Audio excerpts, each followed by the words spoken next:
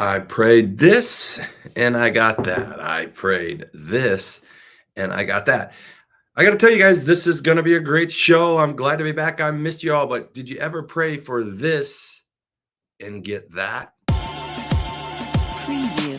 Todd is not only a remarkable, successful 30-year titan in business with having multiple businesses that generate multiplied millions of dollars. And if that plan happens to be to build $1 million company, which I can help you do. But he's humble. He's a man of God.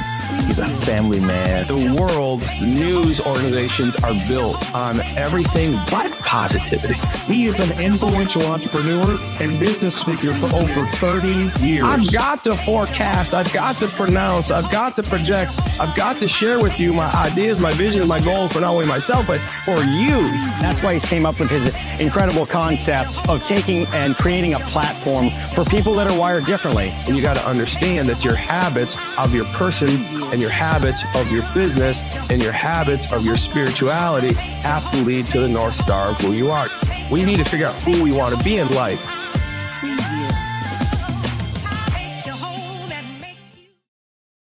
Wow. Good morning, everybody. Good afternoon. Anywhere in the world you are, it's Monday, and it's a glorious day.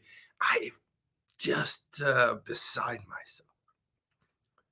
A lot of you probably expected me to be on at 9 o'clock, and I know Chad did. I know Chris did, and I know the faithful followers. I know you did, right? And so I apologize.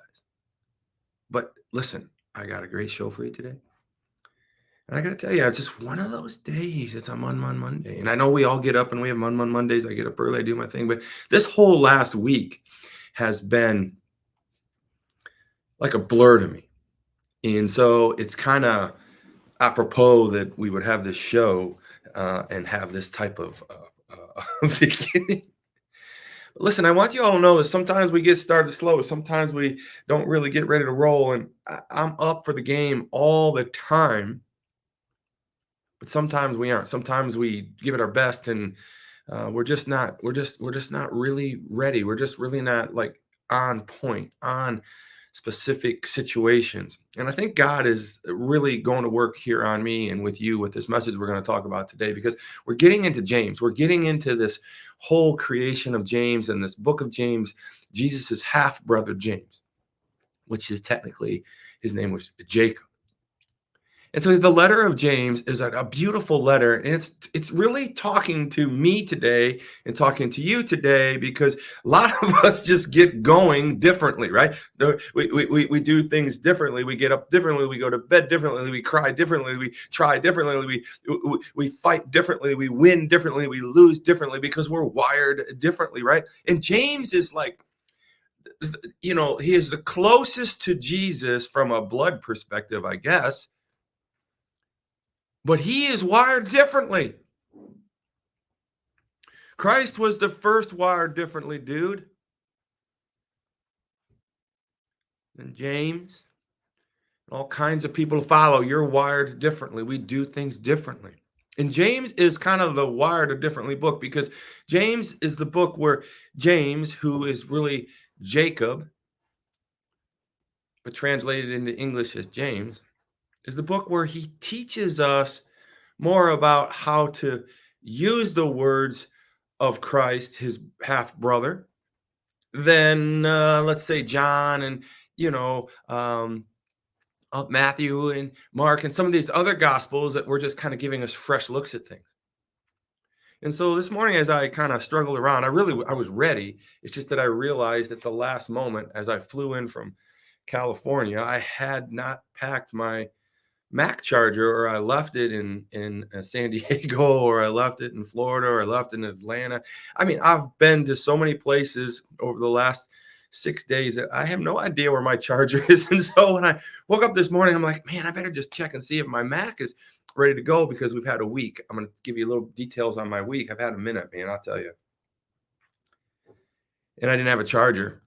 And as I'm screaming around this morning, an hour before the show, I decided to check, see if I had a charger, and my Mac was dead, and I had no charger. So I'm calling Abby. Abby calls Walmart. Walmart has no charger, and I call the the studio here to see if I had left it here, and they have no charger, and my office has no charger. But Chris rolls up at the last minute and brings me a charger and plugs me in, and literally the computer was so dead that the charger didn't take hold of the computer till like 9:01. And so thanks for hanging in there. How do we use moments like the Chris moment? How do we use moments like what we're doing with Abby, and what we're doing with Heather, and what we're doing with Chris, and we're doing with Chad? How do we use these moments? How do we use these moments to grow us in like the book of James? How do we make the book of James the book of life, right? This book of how do we use these words that God gives us through these books? Specifically with James, because James is, I remember doing a thorough study on James probably, I'm going to go with 20 years ago. I'm going to go with 20 years ago. So this week, I'm going to dive into it with you, for you, with us. And we're going to say, how do we apply these things? And so the verse I have with you is going to kind of set up this whole idea of pace, the way I see pace for our life, this idea of the way I see the reality of life and how we're to look at life in the pace of life. Because I'm in one of these situations right now where life is changing and I have no control over it. I'm a control guy in some regards. I like to know where my money is. I like to know who I'm spending my money on. I like to be making investments. I like to be making great moves. I like to be planning. I'm a planner, right? And if I coached you, I would talk to you about what's your plan, right? Believe. I'm going to be honest with this. These ear things are wearing me out. Believe, prepare, attack, right? I teach people to believe. And then I teach you to prepare, and then I teach you to execute the plan, right? And so I'm one of these guys, but sometimes, I remember actually putting something in one of my posts and somebody says, you can't plan for everything, Todd.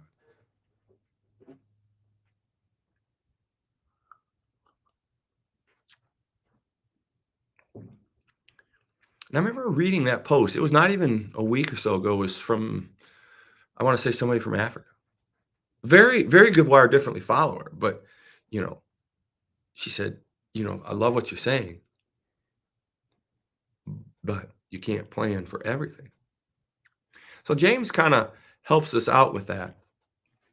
And he takes the gospel, he takes what he's learned from Jesus, he takes these words from Proverbs, he takes these words, and chapter 2 through 12, 2 through 5, he lays out 12 teachings on how to do these things and how to take the word and put it in your life and make it move. So I had a couple stories this morning that kind of really got me moving on this. In the verse James 1:19, it says this, because it sets up all of James and the practical side of Jesus and how he taught him. You see, Jesus was Christ's half brother, and Jesus basically passed on the Jerusalem church to James. And James had Jerusalem church for maybe 20 years. These are some things I didn't know. But as he worked through that church, he had a lot of strife. He had a lot of problems. He had economic problems. He had village problems. He had leadership problems. But he was always steady for that community until he was murdered somewhere around his 20th year leading the church. But in those 20 years that he was leading that church, he spread the mechanical side, if you will, of Jesus's teaching. He wasn't really introducing anything new. He was just saying, how do we use what Christ has said to us? How do we use him in our life? How do we take these words and make us functional with God's words? So it's going to be fun, I think, this month as we dive through James and we break down real world things that come to task for us in the book of James. The letter of James. But James starts with James 1:19 is what brought me to this today, was, my dear brother and sister, take note of this, right? We talked about this in the past. Anytime God says, and then this, or take note of this, or the word therefore, we better pay attention. So my dear brother and sister, take note of this. Therefore this. Pay attention now, because I'm going to tell you something super good, super cool. Then this, therefore this. Here we go. My dear brother and sisters, take note of this. Everyone should be quick to listen, slow to speak, and slow to anger. In this whole week, I want to just confess something. I have not been vigilant in my Bible studies. I want to confess that as I've been traveling and dealing with my parental challenges and my father and his dementia and the change of life and so much going on in that regards, that it just, I don't want to say it slipped away from me. It was that I had a week in San Antonio with San Diego with Pray.com. I took Chad with me. It was a great, great trip. Actually, the promo pic for this show was me and Chad in the mountains in San Diego. We were shooting weapons with Navy SEALs and CIA mountain. It was crazy. It damn near blindfolded us to take us up to this shooting range. We took these vans that weren't made to go up the mountains, but we went through the mountains, and it was really, really bizarre. The secrecy and how to get to these shooting ranges. And when we got there, the Navy SEAL were there, and 3 or 4 of them, and they had all these shooting ranges set up. It was really spectacular. But as we got up there was lots of commotion, lots of nerves. I mean, big weapons, rifles, sniper rifles, handguns. I mean, it was just, it was, I don't know how to explain it. I don't know how to explain this earpiece either. One moment.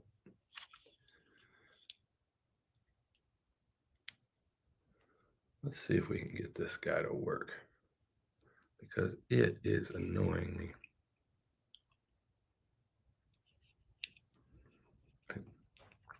So as we were moving through the mountains and doing what we were doing, it was a great time. I sat with Chad, I sat with other people, and we told stories, and we did this, we did that, we prayed for this, then we got that. And so this whole story, this whole setup for today's show is sometimes we just need to understand, what are we praying for? Why are we praying? And is praying, someone asked me once, is praying more important than studying? And so as I talk through this and I think through this and I think through, I did take some time off from my scripture, but I found myself praying more this week than I've ever prayed before.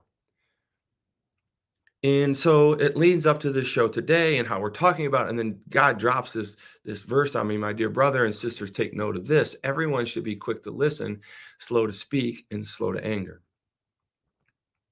So I have this story going to the Black Ops Mountain. I have this story of, rolling into San Diego and flights being almost missed, this and that, things going on. I have this story of this whole week while I'm just leaving my father and jumping on a plane. He decides to, unfortunately, take the final steps into dementia. And, it's clear that we have to put him in a facility. And I'm literally, 7 states away, 5 hours on a flight, and I couldn't turn the plane around. And so I knew that we had to do all this stuff from a phone, from Black Ops CIA Mountain, from Navy SEALs, and trying to do pray.com. And I'm only going there to rest, right? A pastoral's retreat. I'm only going there to have what they have for us, to celebrate the fact that we want to love God. We want to worship God. We want to do these things. And I'm only doing these things. And all I can do is worry about my father. And then the guy comes up and he sets us all up before we take off for the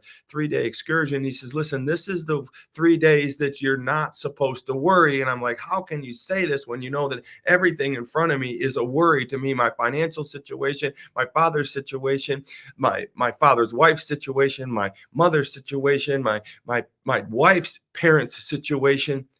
The donut capital of the world needs to get started. Payserve's doing these things and everything I want to do, every place I want to go. I just want to be quiet for 3 days. And what I do is get a phone call that your father has to go to the hospital for good, right? And so all these things are coming up on me. They're percolating up on me. They're procrastinating for me. They're like saying, what you cannot do is save and rejoice in the Lord. You have to worry, because I know that's what you're trying to do, is not worry. But God didn't allow this to happen. But Satan puts his position into me and he says, you better worry, damn it.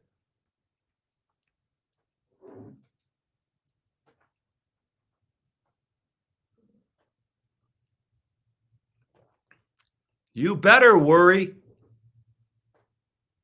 because nothing's going to get done if you don't worry.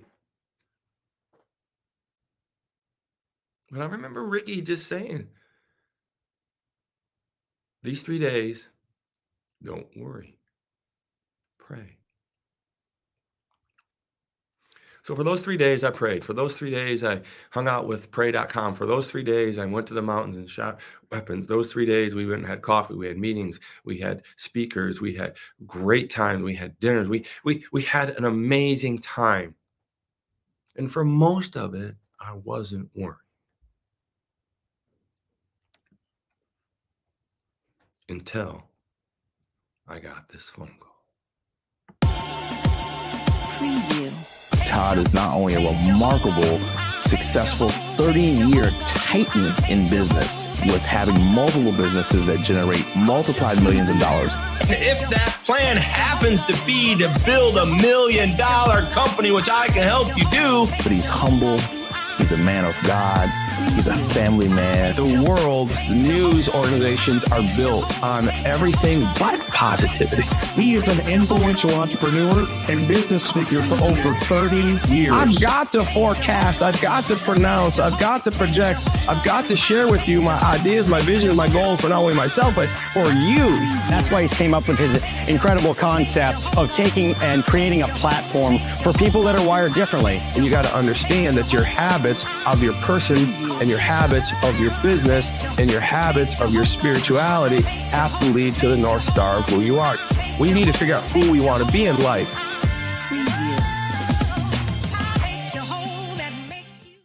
We need to figure out who we want to be in life. We need to figure out how to work these headsets. I got to tell you, I want to talk to you about James 1:19.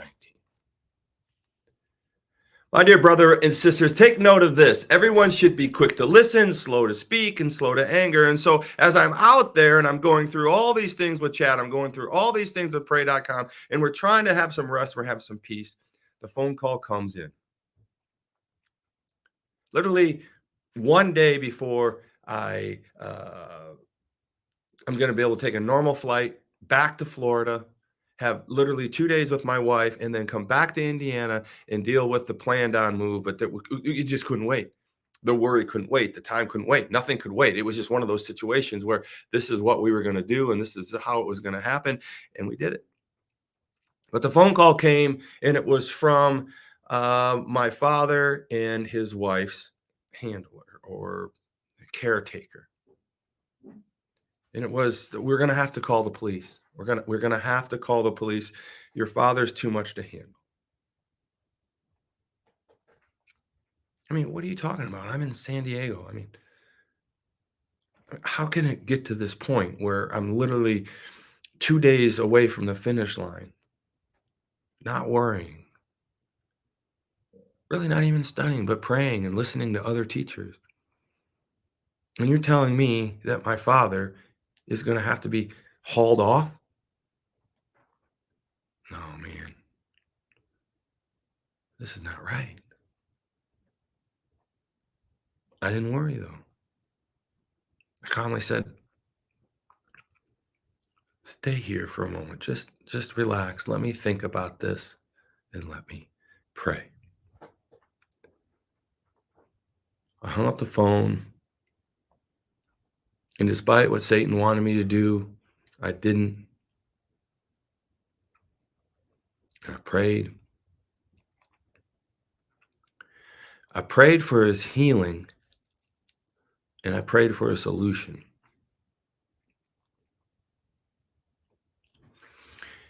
So basically, we separated the two. We found a place for his wife to go that was safe, and I found a person that could come stay the night with him. And I switched my flight, called my wife and said, I'm not coming to Florida. I'm going to be in Atlanta tomorrow at noon. Can you get a flight and meet me in Atlanta?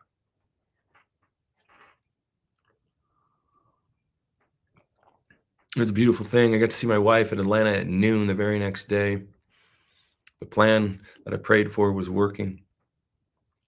I prayed that the problem would be solved. I prayed that he would be healing, and I prayed that he would feel better. I prayed that all this. This is what I prayed for, right?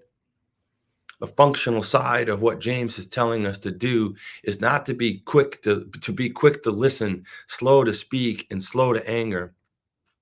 And for once, I actually listened to what God was telling me. And I literally did all I could do not to worry, to push back Satan's directive that I should worry because my world's falling apart, because the financial side of things, the relationship side of things, the logistical side of things, all of these things are in play. And my mind is spinning and spinning and spinning. How is this all going to happen? As I fly back, I'm so happy to rejoice with my wife in Atlanta. We hook up in Atlanta. I give her a small kiss. I'm still on the phone. We grab the next flight and we're in Angola that night around 7 p.m.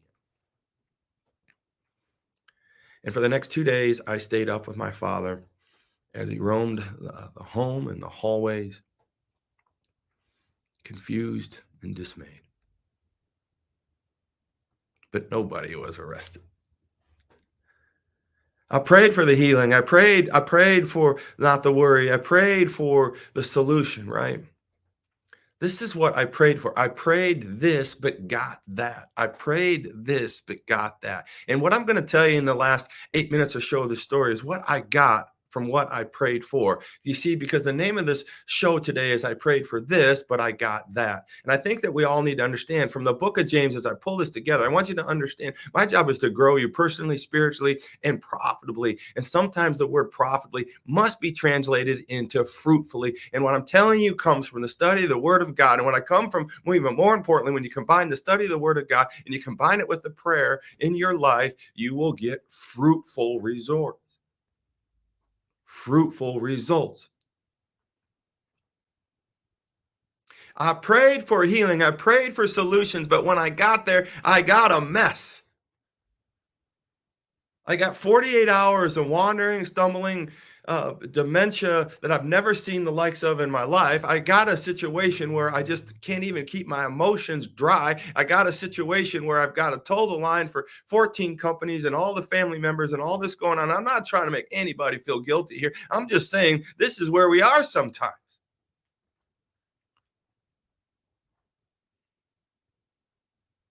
The last night I stayed up with you all night. We had literally, I logged the night. I mean, I wish I could show it. Maybe I will. Everything I went through.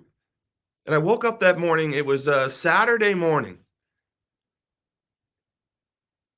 at 1:40 because he burst into the door, at 2:30 because he burst into the door, at 3:15 because he burst into the door, at 4 o'clock because he got loose and left the house and cut up his leg, and at 6 o'clock and at 7 o'clock, and it just never ended. And finally I said to myself, let's start packing.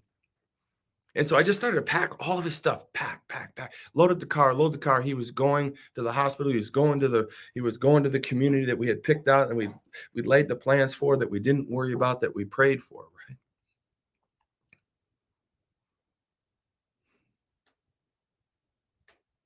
And when I finally got him there, he was upset and he felt I was tricking him. And I took him into the home and we got there and I thought he was really going to wrestle me. I prayed for all of this to go better than this. I prayed for peace. I prayed for healing. I prayed for this, but got that. What is that? Well, what happens is he finally gets out of the car. They usher him into the home. He's finally starting to smile. He literally, maybe tomorrow I can be better prepared and I could show you some videos. He literally walks into this community, which is beautiful, and immediately starts dancing with some of the nurses.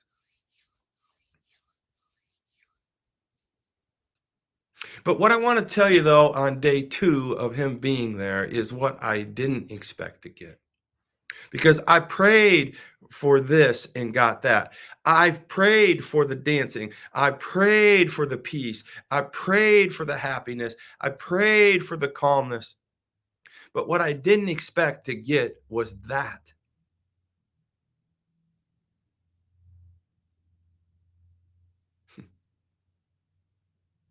What I got was a text message.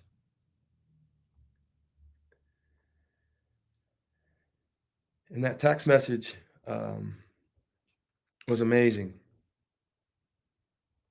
And the text message said, Todd, this was this morning after 2 days of getting my dad acclimated to memory care and a dementia unit.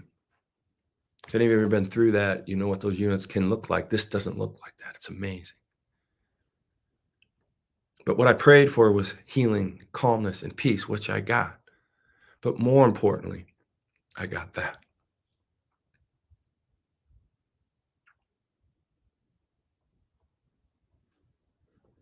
And the text message I got was this from a nice lady by the name of Adiah. And when I realized my father was here and I looked at the room across the way from where he was staying, there was an old friend of his who had been deceased's wife. Let's call her Diane. And for the 2 days I was coming back and forth and getting things moved in, I would knock on her door and no answer, no answer, no answer. Just wanted to see her. I knew her as a child, and her son worked for me at Tom's Donuts, and I knew her husband. Let's call him Tim. And he was my dad's best friend. I just wanted to see her, right? 2 days, nothing. And on the last day, yesterday, when I was leaving, I saw her in the cafeteria. I mean, she'd been there all the time, going in and out, but I didn't notice her because she changed so much. She couldn't walk. She was laying and not communicating, and she was just in a position of mercy, right? In a way out, I kind of said, hello, my name is Todd. Do you remember me? And she put some type of words together, but she smiled and kind of took it that maybe she did or maybe she didn't. And I said, my father is Tom Saylor. And her eyes got very big. And I said, he's here. He's across the room from you. And I gave her some encouragement, and not knowing if anything had happened, I moved my way out of the facility quickly because it's sad to leave your parents. But the text message I got this last evening before Tracy and I went to bed was the worker at this astral facility. Texted us and said, I don't understand it, but since your father's here, the energy's changed here. The people are different here. Especially Diane. Diane hasn't been eating. Diane hasn't been trying to move around. Diane has changed.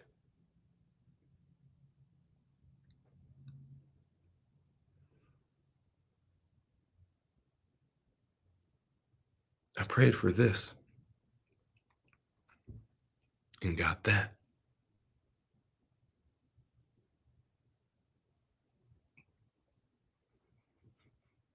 My dear brother and sisters, take note of this. Everyone should be quick to listen,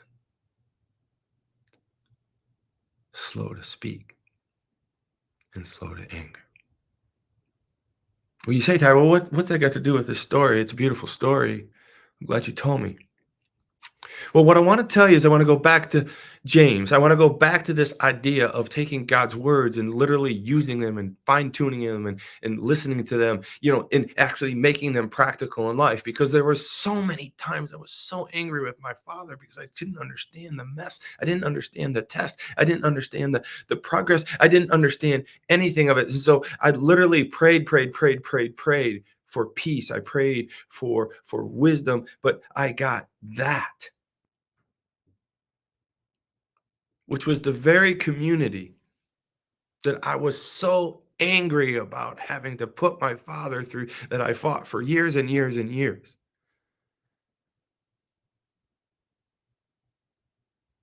Is literally somebody else's win, somebody else's salvation, somebody else's place, somebody else's prayer being answered through my prayers of one thing, of this and giving me that.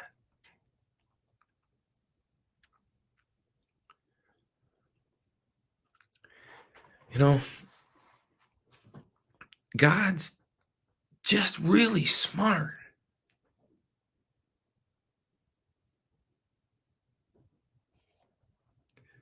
And I'm sorry for being angry with you, God. I'm sorry for being angry with the whole damn thing, right? But I can't help it. I wasn't listening. And I was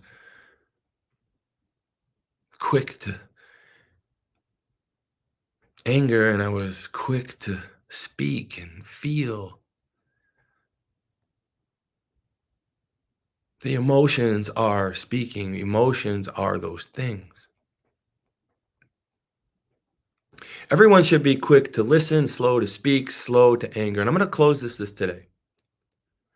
And I want you to understand, if I take the converse of James's chapter 1, verse 19, the converse of quick to listen, slow to speak, and slow to anger, it all comes together. So I'm going to flip these around. So everyone should be quick to listen, slow to speak, slow to anger. Or could we also say the converse, right? Jacob or James could say, my dear brother and sister, take note of this. Everyone should be slow to speak, quick to hear, and quick to joy. See, that verse that speaks to me about this thing I'm being tested with right now with my family and my father and my businesses and everything that's going on is as I hear quick to listen, slow to speak, slow to anger. But here's what I really want you to hear today. I want you to hear this. I want you to take the converse of this verse. I want you to flip it on its head. And I want you to hear me say this. I want you to be slow to speak. I want you to be quick to hear. And this last piece, James is saying, I want you to be quick to see the joy. Meaning that in adversity and these things that are going on in my life and your life, I want you to flip the script and I want you to be quick to see joy, quick to hear, and slow to speak. The thing that's really missing in the converse is I took the word slow to anger and flipped it. That's the exact same thing as saying quick to joy. Because if we go quick to listen, that means we're slow to speak. If we go slow to speak, that means we're quick to hear, right? He's saying the same thing. But here's the other one. The last one is slow to anger. Please, James says in 119, slow to anger. I'm flipping it and I'm challenging you today to say, I want you to not only be slow to anger, but I want you to be quick to joy. The opposite of slow is quick. The opposite of anger is joy. See, I was not quick to joy. I'm there now, man. Because I prayed for this and got that.